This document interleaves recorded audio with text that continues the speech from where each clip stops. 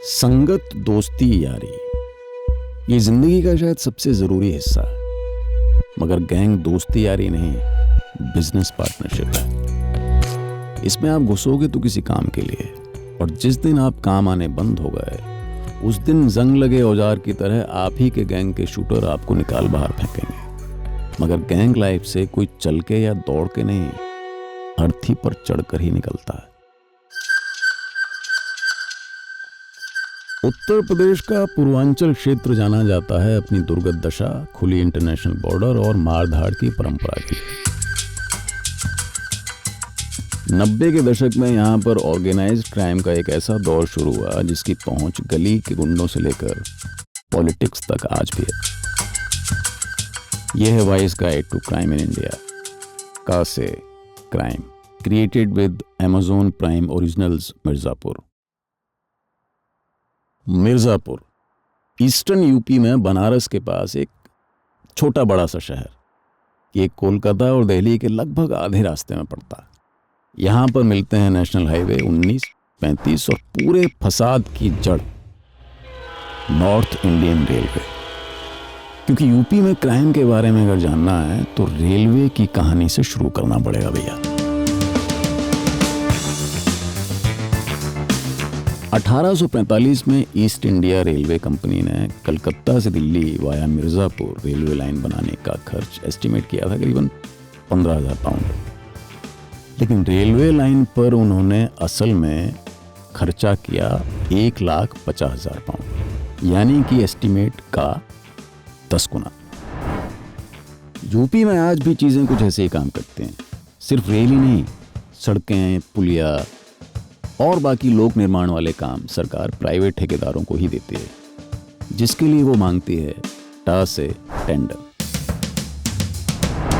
सरकारी टेंडर लगते तो हैं एक दाम पर काम होता है किसी और ही दाम पर, और बीच के हिसाब के खेलने में बनता है ठेकेदार का मुनाफा। ये काम तो आसान है, मुश्किल पड़ती है टेंडर लगवाने में। वैसे तो टेंडर लगता है सबसे कम बोली लगाने से या फिर सरकार में किसी से जान पहचान होने से। पर अगर आपकी किसी मंत्री, सांसद या पार्षद से रिश्तेदारी नहीं है तो टेंडर आपको छीनना पड़ेगा, और टेंडर छीनने के लिए चाहिए ग से gang. It all started from Gorakhpur. पहले आप जानते हैं टेंडर्स के लिए पहले फॉर्म बिकते थे, फिर फॉर्म जमा होते थे। वहाँ पे दो बड़े प्लेयर्स थे गोरखपुर में। One was Tiwari ji and another was Shahi ji. Basically ये टेंडर के झगड़े को लेके ये शुरू हुआ, और बाद में फिर इसको व्हाट दे टर्म्ड इज वर्चस्व की लड़ाई में ये कन्वर्ट हो गया कि कौन बड़ा है, तू बड़ा कि मैं बड़ा। पहले तो ये होता था कि आप कागज़ भर के लेके जा रहे हो, ड्राफ्ट लगा करके आपको एक पर्टिकुलर बॉक्स में डालना है, तो वहाँ पे इनके आदमी रहते थे, किसी को घुसने नहीं देते थे। तो टेंडर को लेकर के गैंग में आपस में मतलब टेंडर मेरे आदमी को मिल जाए, और उसमें एक दूसरे के बड़े मर्डर्स, किडनैपिंग वो उन लोगों ने शुरू किया। तो ठेकेदारी के धंधे में आपका गैंग आपकी सबसे पहली और सबसे ज़रूरी इन्वेस्टमेंट है। आपके ये लौंडे आपके लिए धौंस जमाएंगे और ज़रूरत पड़ी तो बंदूक भी चलाएंगे। शरीर में कुछ ऐसे अंग होते हैं जहाँ पे गोली पड़ जाए आदमी फिर बहुत मुश्किल होता है बचना। यही सब मेन शूटर का काम होता है कि यहाँ पे गोली मारो तो परी वाली की तरफ से ना आई हो तो बच जाए, वरना बचता नहीं आदमी। आपने अपने गैंग में सही से अगर इन्वेस्ट किया तो मुनाफे में पाएंगे सरकारी ठेके, और उनसे होगा आपको और भी मुनाफा। 90 के दशक में नामी गैंगस्टर मुन्ना बजरंगी ने ये काम बड़ी खूबी के साथ किया, और बदले में उसको मिली पावर। सरकार के कुछ मिनिस्टर होते थे, कुछ विधायक होते थे।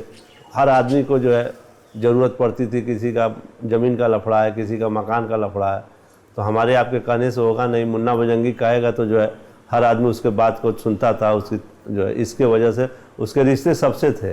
पूरे हिंदुस्तान में बता तो रहे हैं आपको ना, विदेशों तक उसके हाथ थे। जो है उसके बहुत सारे लड़के जो है क्राइम करते थे, जो है यूपी, बिहार, बंगाल, उड़ीसा, जहाँ जिससे रिश्ता है, संबंध है, वहाँ जो है लोग चलते थे तो रोड छोड़ देते थे, जो है कि मुन्ना बजरंगी जा रहा है इस रोड से।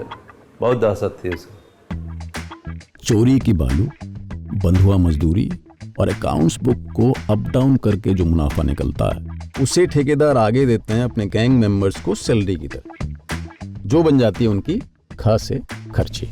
पैसा आता क्या, जिसे 10 लोग साथ में रहते, कोई काम हुआ तो अपना अपना सबका परसेंटेज होता है कि ये इस अहदे पे इनको इतना परसेंट दिया जाएगा, इनको 50%, इनको 25%। शूटर को मंथली पेमेंट वाला जो सिस्टम है वो सबसे पहले अगर किसी ने शुरू किया है तो बजरंगी गैंग ने शुरू किया है। पहले तो ये होता था कि बढ़िया जूता रिबॉक का, नाइक का दिला दिया, टी शर्ट दिला दिया, जीन्स दिला दिया और कुछ पैसे दे दिए।